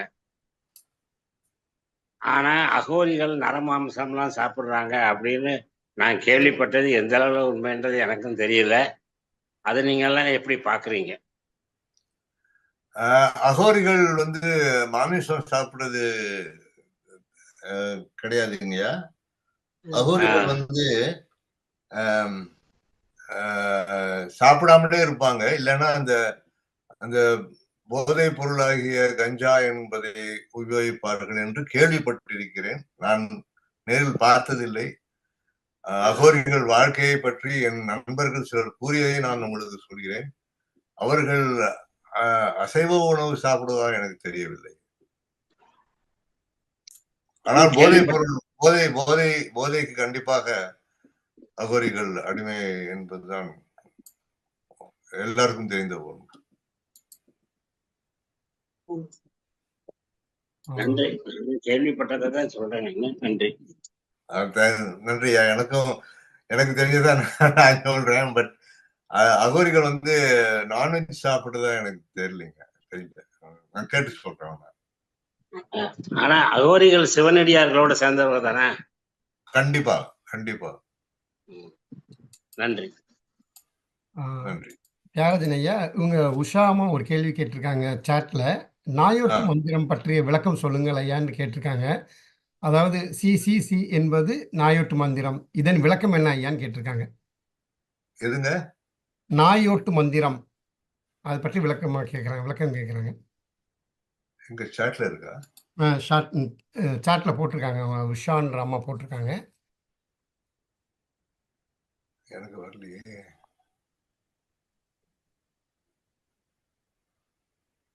உங்களுக்கு வருதுங்களா? வந்திருக்குங்களா? சாட்ல அவங்க கேள்வி கேட்டிருக்காங்க அவங்க. அதுதான் உங்களுக்கு நான் கோஆர்டினேட் பண்ணி கேட்குறேன். அம்மாவை நேர கேட்க சொல்லுங்க ஐயா.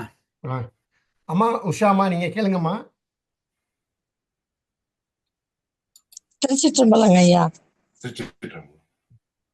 ஆனா அந்த சிசிசின்னு ஒரு நாயோட்டு மந்திரம் இருக்கு இல்லையா? சிவாய நம, யநம சிவ அந்த மாதிரி வர மந்திரங்கள்ல சி அப்படிங்கிற அந்த விளக்கம் வந்து நாயோட்டு மந்திரத்துக்கான விளக்கம் தெரிஞ்சா நல்லா இருக்கும். அது வந்துமா ஆ. இப்ப இந்த நமசிவாயங்கிறது நம்மளை போன்ற மானிடர்கள் சொல்லும் ஒரு மந்திரம். அது இந்த சிவதீட்சை எடுத்ததுக்கு அப்புறம் சிவாய நம என்று தான் சொல்வார்கள். முதல் படி நான் இது படிச்சதுக்கு அப்புறம் சிவதீட்சை எடுத்ததுக்கு அப்புறம் அதுக்கு சிவாய நம என்பார்கள், அப்புறம் சிவா என்பார்கள், அப்புறம் சி என்பார். அது ஒவ்வொரு ஸ்டேஜா மேல மேல மேல மேல போயிட்டு இருக்கும். அதெல்லாம் மிக மிக மிக மிக மிக கடினம். நம்ம வந்து ஒரு தீட்சை எடுக்கிறதே கடினம். அந்த லெவலுக்கு போறது ரொம்ப கஷ்டம். கரெக்ட். அப்போ சி அப்படிங்கிற மந்திரம் சொல்லக்கூடிய அளவுக்கு தீட்சை எடுத்தாங்கன்னா அவங்க மிக மிக உயர்ந்த நிலையில இருக்கிறாங்கன்னு அர்த்தம். அப்படித்தானே? ஆமா ஆமா ஆமா ஆமா அவங்க மிக மிக மிக உயர்ந்த நிலை. அது வந்து இந்தியால யார் இருக்காங்கன்னு எனக்கு சரியா தெரியலங்க. ஓ, நன்றி ஐயா. பரவாயில்ல.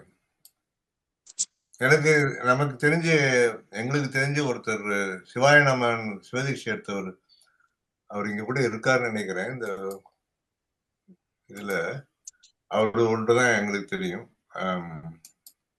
இப்ப இருக்கிறவங்க வேற யாரும் எனக்கு தெரியாது. தீட்சை வந்து குருமார்கள் மூலமா தான் எடுக்க முடியும் இல்லையா? ஆமா ஆமா ஆமா நம்மளா எடுக்க முடியாது. அதுக்குன்ட்டு அது ஒரு ப்ராசஸ், பிக் ப்ராசஸ். அது வந்து அந்த குருமார் வந்து நம்ம காதுல ஓதுவாங்க என்ன மந்திரம் சொல்லணும். அது வந்து நம்ம இவங்க கூட திருச்சியில கூட ஒருத்தவங்க எடுத்திருக்காங்க சிவதீட்சை. எனக்கு 2 பேரை தெரியும். மன்னிக்கவும், 1 அல்ல 2 பேரை தெரியும். ஒரு குறுக்கிடலாமா? நானு சொல்லுங்க. சிவசுப்பிரமணியன் பேசுறேன், பெங்களூர்ல இருந்து. சொல்லுங்க சார். சிவசுப்பிரமணியன் சரி சரி சரி சரி. இல்ல, நீங்க தீக்கை பத்தி சொன்னதுனால நான் குறுக்கிடுறேன். 4 தீக்கை முறைகள் உண்டு. முதல் தீக்கை வந்து சிவதீக்கை, சமய தீக்கைன்னு சொல்லுவாங்க. 2வது விசேஷ தீக்கைன்னு சொல்லுவாங்க. 3வது நிர்வாண தீக்கை.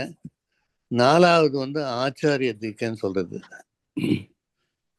இதுல முதல்ல நீங்க தீக்கை எடுக்கும்போது ஓம் பிரணவன் சொல்லி நமச்சிவாயன்னு சொல்றது தான் முதல் இது. அதுக்கு அடுத்தது வந்து 2வதுல சிவாய நமன்னு சொல்லி கொடுப்பாங்க. 3வது படிநிலையில சிவைய சிவம்பாங்க. அடுத்தது சிவ வரும். அது தாண்டின பிறகு ஆச்சாரிய தீக்கையும் தாண்டின பிறகு பார்த்தீங்கன்னா சீன்னு வரும். இதுல சீன்றதுக்கு ஒரு பொருள் இருக்கு. அதாவது நமச்சிவாயன்னு சொல்ற 5 எழுத்துக்குமே ஒரு எழுத்துக்கும் ஒரு பொருள் உண்டு. சீன்றது சிவனை குறிக்கும், வான்றது அம்பாளை குறிக்கிறது, யான்றது ஆன்மா, நான் வந்து திரியோதனமானம், மான்றது மும்மலங்கள். அதுதான் நீங்க சீன்னு சொல்றது அந்த சிவனை குறிக்கிறது. நன்றி நன்றிங்க.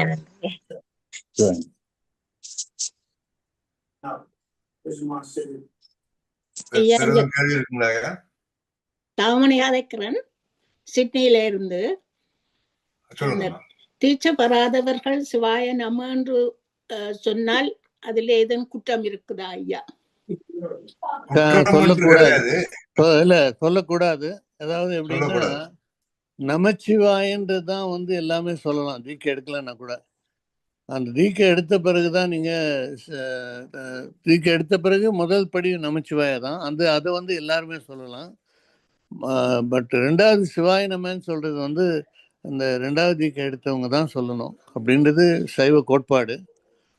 பட் இறைவனை வேண்டது வந்து இந்த மார்க்கங்கள் எல்லாத்தையும் தாண்டி அவன் அன்புனால சொல்றது வந்து எதா இருந்தாலும் சிவன் ஏத்துக்குவாரு. இப்போ சொன்னாரு சன்மார்க்கம், தாச மார்க்கம், புத்திர மார்க்கம் எல்லாம் சொன்னாரு. இந்த மார்க்கத்தெல்லாம் தாண்டினவர் தான் கண்ணபிரான். அவர் எந்த மார்க்கத்தை ஃபாலோ பண்ணாரு? புலியை கொண்டு அதை கொண்டு இதை கொண்டு சாப்பிட்டவர் அவர் எப்படி போனார்? ஸோ அதனால அன்பு அதுதான் முக்கியமானது. அதனால சிவாய நம்ம இப்போ சொல்லலாமான்னு சொல்லக்கூடாதுன்னா கூட அவங்க பிரியப்பட்டு சிவன் மேல சொன்னா அதனால தப்பு ஒண்ணும் கிடையாது. நன்றி ஐயா. வேற எதுவும் கேள்வி இருக்குங்களா? ஒரே ஒரு ஸ்லைட் இருக்கு. நீங்க எல்லாரும் ஓகேனா அந்த ஸ்லைடோட முடிச்சிடலாம். கேள்விகள் வேற எதுவும் இருக்கிறதா யாருக்கும்?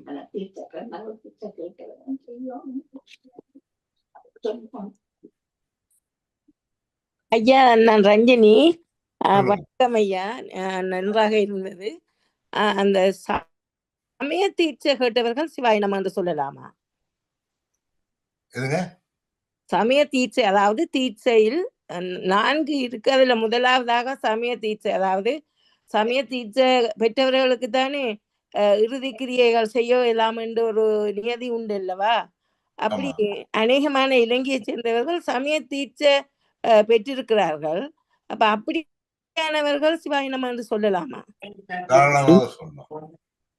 ஓகே, நன்றி ஐயா.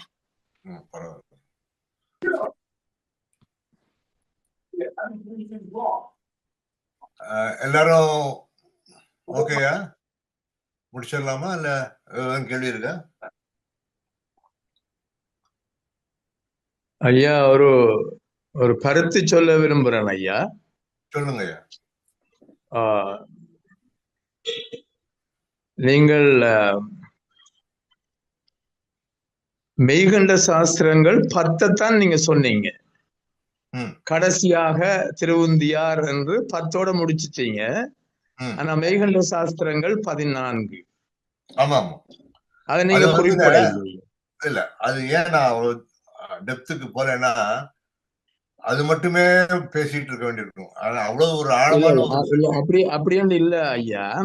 மெய்கண்ட சாஸ்திரங்களை நீங்க அறிமுகம் செய்யும் பொழுது அது 14 என்று சொல்ல வேணும். இப்ப திருமுறைகள் 12 என்று சொன்னீர்கள், அது மிக அழகாக இருந்தது. அதுபோல மெய்கண்ட சாஸ்திரங்கள் நீங்க 10 கடைசி என்று முடிச்சா புதிதா இன்றைக்கு உங்களோட சொற்பொழிவை கேட்கிறவங்க அல்லது பேச்சை கேட்கிறவங்க நினைப்பாங்க, ஓஹோ மெய்கண்ட சாஸ்திரங்கள் 10 தான் போல என்ற எண்ணம் வந்து விடும் அல்லவா? ஆகையினால் அதை நீங்கள் 14 என்று சொல்லி இருக்க வேண்டும். அடுத்தது நாற்பாதங்கள், சரியை கிரியை யோகம் ஞானம். அதுல யோகத்திற்கு நீங்கள் எடுத்துக்காட்டாக திருமூலரை சொன்னீர்கள். ஆனால் வளமையிலே திருமூலரை சொல்வதில்லை. அப்பரையும் சம்பந்தரையும் சுந்தரரையும், சுந்தரரை தான் இந்த இதுக்கு உதாரணமாக சொல்றது யோகத்திற்கு. ஏனென்றால் 4 அந்த 3 அந்த சயோகுரவர்களையும் 4 ஆகிய அந்த மாணிக்கவாசரையும் சேர்த்து இந்த நாற்பாதங்களையும் சொல்வார்கள். ஆகையினால நீங்கள் திருமூலர் என்று குறிப்பிட்டிருந்தீர்கள். சரி, அதை நாங்கள் ஒரு தகவலாக ஏற்றுக்கொள்ளலாம். ஆனால் மரபு வளமை என்று ஒன்று பார்க்கின்ற பொழுது ஐயா, சைவத்தின் சாரம் அல்லது சைவத்தின் அந்த அடிப்படை விஷயங்களை பார்க்கின்ற பொழுது யோகத்தின் வழி நின்றவர் சுந்தரர் தான் என்பதை அடியன் வலியுறுத்தி உங்களிடம் ஒரு தாழ்மையாக சொல்லுகிறேன். நன்றி ஐயா. உண்மை ஐயா, நீங்க சொல்றது அத்தனையும் உண்மை. நான் ஏன் திருமூலரை எடுத்தேன் என்றால், அந்த திருமூலரின் யோகாசனம் முறை எப்படி இந்த ஆஸ்திரேலியன் சப்மெரின் இண்டஸ்ட்ரி வரைக்கும் வந்திருக்கு, அதன் முக்கியத்துவத்தை உணர்த்த வேண்டும் என்ற ஒரே காரணத்தினால்தான் அதை எடுத்தேனே தவிர, சுந்தரர் தான் இறைவனை தோழனாக பார்ப்பார், அதுல சந்தேகமே கிடையாது. யோகாசனமும் திருமணமும் ரொம்ப ஒன்றோடு ஒன்று பிணைந்த ஒரு நட்புங்கனால வேற ஒண்ணும் கிடையாது.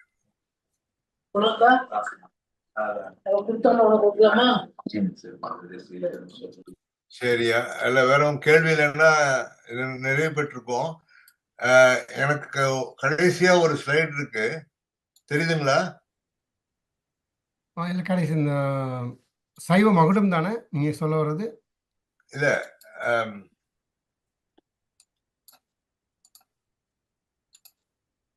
கடைசியா ஒரு ஸ்லைடு இருக்கு இதேதான் தென்னாட்டுடைய சிவனை போற்றி. சொல்லுங்க சொல்லுங்க அது சைவத்தின் வந்து சாரம். எல்லாத்தையும் கொஞ்சம் அன்மியூட் பண்ணீங்கன்னா தயவு செய்து எல்லாரும் வீட்டுல இதை பாடுங்க. நான் பாடுங்க, இல்லாட்டி என்னோட சேர்ந்து பாடுங்க. இது ரொம்ப ஒரு நல்ல ஒரு முடிவா இருக்கும்னு நான் என்னுடைய தாழ்மையான கருத்து. ஐயா, நாங்கள் அதை நீங்கள் சொல்வதற்கு முன்னர் நாங்கள் ஒரு சிறிய நன்றி உரை சொல்லி அதன் பிறகு தேவார புராணம் பாடி நிறைவாக சைவத்தின் தென்னாட்டுடைய சிவனை பற்றிய படிப்போம். சரி, 2 வரிகள். ஐயா, நீங்கள் இன்றைக்கு முதலாவதாக நாங்கள் உலக பேர்வை கடந்த 20 ஆண்டுகளாக திருமுறை முற்றோதல், கந்தபுராண படிப்பு, சைவத்தின் சாரம் என்று பல இதுகளை செய்து வருகின்றோம். இன்றைய காலையில் நாங்கள் 3 மணித்தேலம் திருமுறை முற்றோதல் செய்தோம். இன்றைக்கு நாங்கள் 20 வருடங்கள் தொடர்ந்து ஒவ்வொரு மாதமும் ஞாயிற்றுக்கிழமைகளில் தவறாது செய்து 20 வருடங்கள் பூர்த்தியாக இருக்கின்றது. இன்றைக்கு ஒரு புதிய அத்தியாயம் தொடங்கி இருக்கின்றோம். அதுவும் ஒவ்வொரு மாதமும் முதலாவது ஞாயிற்றுக்கிழமை இரவு 7 மணிலிருந்து 8 மணி வரை நாங்கள் ஒரு சைவ சமய சொற்பொழிவு, அதுக்கு முதலாவதாக நீங்கள் வந்து செய்திருக்கிறீர்கள். இந்த சைவ சமய சொற்பொழிவும் தொடர்ந்து 20 வருடங்களுக்கு தவறாது நடக்க வேண்டும் என்று வேண்டிக்கொண்டு, ஐயா இப்பொழுது எங்களுக்கு சொன்ன கருத்துகளுக்கு நன்றி கூறி தேவார புராணத்துடன் நிறைவு செய்து நீங்கள் சொன்ன அந்த நீங்கள் சொல்லி இருக்கின்ற முடியுங்கள். ஜெயா அம்மா ஒரு தேவார புராணம் படியுங்க.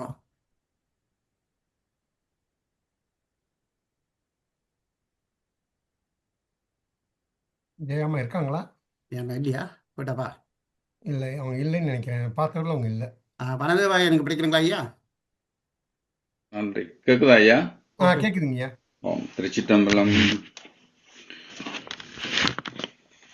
ஆட்டுவித்தால் ஆரொருவர் ஆடாதாரே, அடக்குவித்தால் ஆரொருவர் அடங்காதாரே, ஓட்டுவித்தால் ஆரொருவர் ஓடாதாரே, உருவுவித்தால் ஆரொருவர் உருகாதாரே, பாட்டுவித்தால் ஆரொருவர் பாடாதாரே, பணிவித்தால் ஆரொருவர் பணியாதாரே, காட்டுவித்தால் ஆரொருவர் காணாதாரே, காண்பாரார் கண்ணுதலாய் காட்டாக்காலே, காண்பாரார் கண்ணுதலால் காட்டாக்காலே.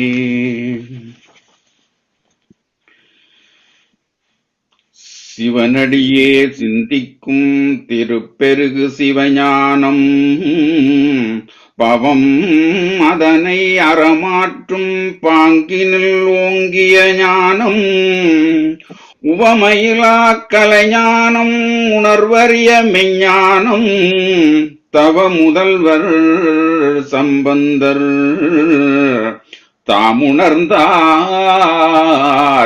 அந்நிலையில். திருச்சிட்டம்பலம். ஐயா, நீங்கள் கூற இருப்பது கூறுங்கள் ஐயா. சேரன் ஐயா.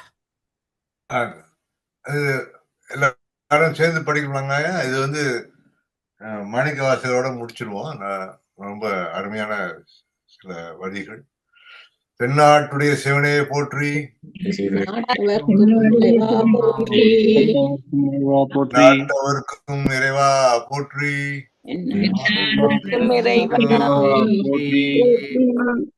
காவாய் கனக திரளே போற்றி, மலையானே போற்றி, மலையானே போற்றி, இன்பமே சூழ்க, எல்லோரும் வாழ்க.